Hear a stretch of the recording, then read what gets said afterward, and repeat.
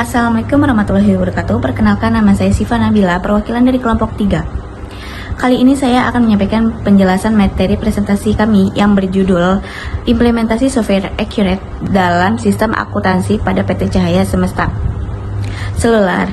Presentasi ini disusun untuk memenuhi tugas besar 2 pada kuliah akuntansi berbasis komputer. Pertama-tama saya ingin mengucapkan terima kasih kepada Ibu Rona Tumiur Mauli Koralin Simprongkir, SAMM CMA, selaku dosen mata kuliah akuntansi berbasis komputer yang telah memberikan bimbingan dan arahan selama proses pembelajaran. 2.1 Teori akuntansi. Akuntansi adalah proses mencatat, mengelompokkan, mengelola, dan menyajikan data keuangan untuk mengambil keputusan. Akuntansi memiliki peran penting dalam sistem ekonomi dan membantu perusahaan mencapai tujuan dengan efektif. Definisi akuntansi menurut beberapa ahli yaitu: yang pertama, Warren, sistem informasi yang memberikan laporan kepada pihak-pihak berkepentingan.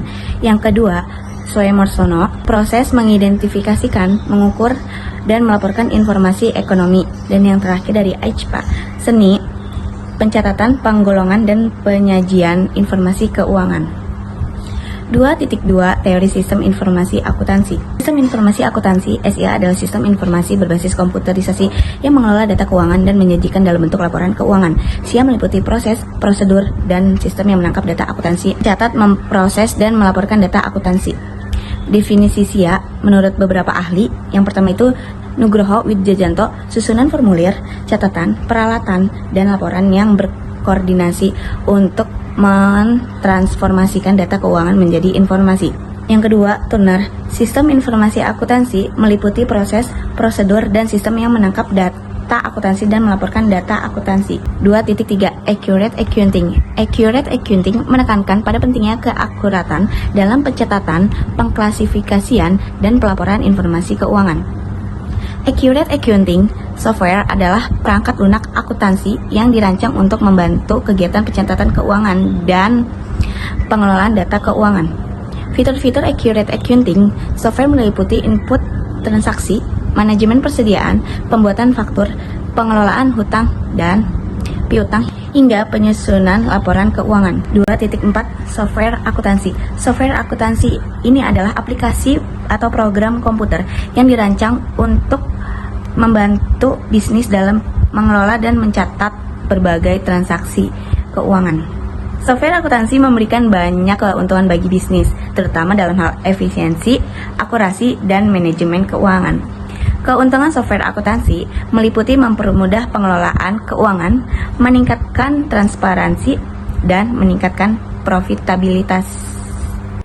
Pilih menu buat data perusahaan baru, kolom nama berkas, pilih folder tempat menyimpan file, klik OK dan tunggu beberapa saat, klik kata kunci supervisor dan klik OK, pilih bahasa Indonesia dan klik lanjut, pilih persiapan mahir dan klik lanjut. Isi data yang dibutuhkan di antara rupiah, nilai tukar 1, tipe nilai tukar rupiah 1, negara Indonesia, simbol Rp. Lalu klik tambah isi lagi nama SIN dolar tukar 5.500, tipe nilai tukar 1 SIN dolar 5.500, negara Singapura, simbol SGD. Isi nama perusahaan, alamat perusahaan, dan tinggal mulai tutup buku, kemudian klik lanjut. Lengkapi semua data tersebut. Setelah semua data isi, klik lanjut. Hapuskan semua akun default account kecuali Rentine Earning. Setelah sisa data earning, lanjutkan. Kita dapat melakukan import data akun dengan cara klik di sini untuk import dari data dari bekas. Klik berkas di bagian paling atas, pilih daftar akun Excel dan klik open. Klik tombol sambil data, klik kanan dan pada mouse dan lakukan penghapusan barisan no data. Lakukan division kolom sesuai dengan data sumber yang tersedia. Pada saat pemilihan divisi kolom untuk tipe akun, kita harus melakukan divisi ini lagi. Pada saat memilih divisi kolom untuk mata uang akun, kita harus melakukan divisi ini lagi. Kemudian klik data, import data. Setelah terlihat seperti pada tampilan sejumlah 32 data berhasil terinput dan 0 data gagal, klik OK. Lakukan penghapusan akun 0 31.001 laba ditahan. Setelah no akun 31.001 laba ditahan dihapus, lakukan penggantian no akun 32.001 return earning dengan no akun 31.001 laba ditahan dengan klik kanan pada mouse. Ganti no akun 32.001 dengan 31.001 lalu klik OK. Setelah no akun diganti, maka terlihat akuintas saldo awal dengan akun laba ditahan, kemudian klik lanjut. Pada mata uang rupiah, kemudian pilih akun defisit yang sesuai. Buat juga pada mata uang $1, kemudian pilih akun default yang sesuai. Setelah syarat pembayaran sesuai dengan input arahan mouse pada kolom pajak, klik T, kemudian PPN untuk kolom nama, ketik 10 untuk nilai persen dan pilih 2202 untuk pajak penjualan, pilih 1502 untuk pajak pembelian. Setelah sudah klik lanjut. Tipe pelanggaran pada kasus ini ada dua, yaitu umum dan khusus. Pada tahap dilakukan input data pelanggan ke dalam Microsoft melalui menu data pelanggan tambah baru. Gambar berikut menunjukkan proses input pelanggan seperti PT Nirwana, PT Firdaus dengan cash. Selanjutnya data pemasok input melalui menu daftar masuk tambah baru. Gambar berikut menunjukkan pengisian pemasukan seperti CV, Pelangi, Sahara, dan kas. Kita tidak perlu mengisi data proyek dan temperamen, jadi biarkan saja kosong, kemudian klik lanjut. Tidak dapat informasi mengenai gudang, selanjutnya klik lanjut. Isi semua default barang ini. Semua akun harus diisi sesuai dengan pasangan akunnya. Tidak terdapat info mengenai aktivitas pabrik ini, klik lanjut. Pilih metode rata-rata sesuai dengan kebijakan akuntansi yang terdapat pada ilustrasi sosial, klik lanjut. Setelah input klik lanjut data, kemudian klik kedua kali untuk menghapus kolom no.